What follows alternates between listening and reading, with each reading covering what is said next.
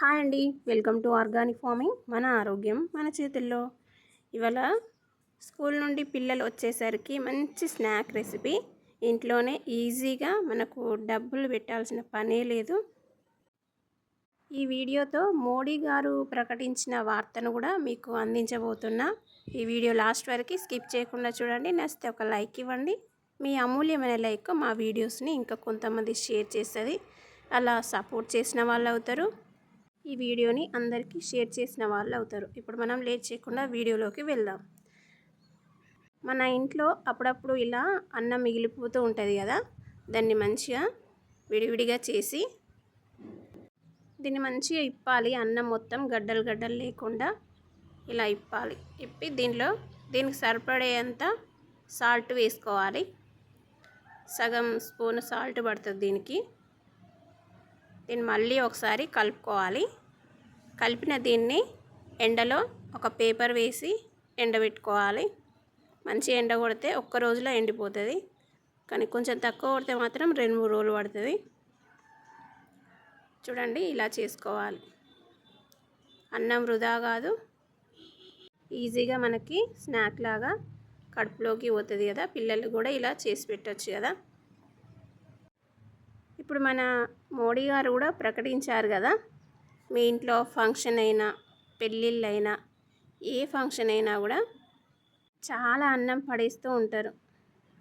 అలా పడేస్తే ఆ రైతు కష్టానికి, ఆ రైతు చెమటకి అర్థం ఏముంటుంది చెప్పండి. తెలిసినోళ్ళు అంతే, తెలియనోళ్ళు అంతే.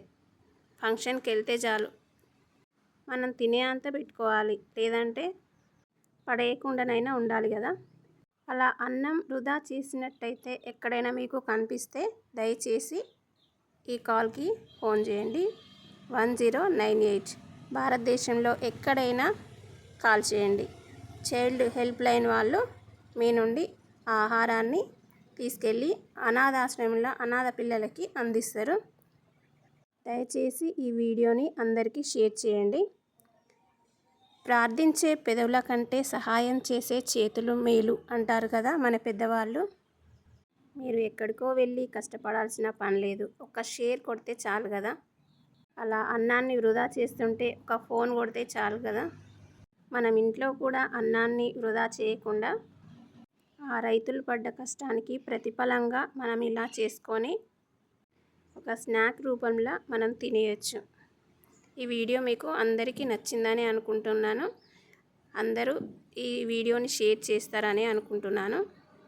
ఈ రోజుల్లో ఉన్నవాళ్ళేమో తినలేక ఏడుస్తున్నారు రోగాల పాలై, లేని వాళ్ళు మాత్రం తిండి లేక ఏడుస్తున్నారు.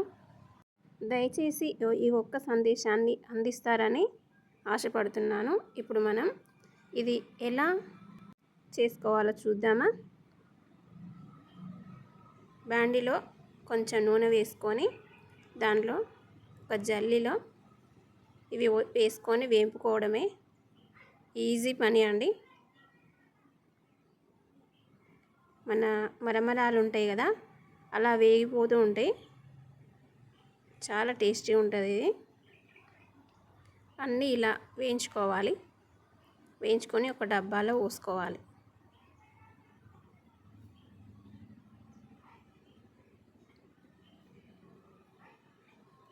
టేస్ట్ మాత్రం చాలా అద్భుతంగా ఉంటుందండి. మీరు ఒకసారి ట్రై చేయండి, తెలుస్తుంది మీకే ఇవి ఎంత టేస్ట్ ఉంటాయో.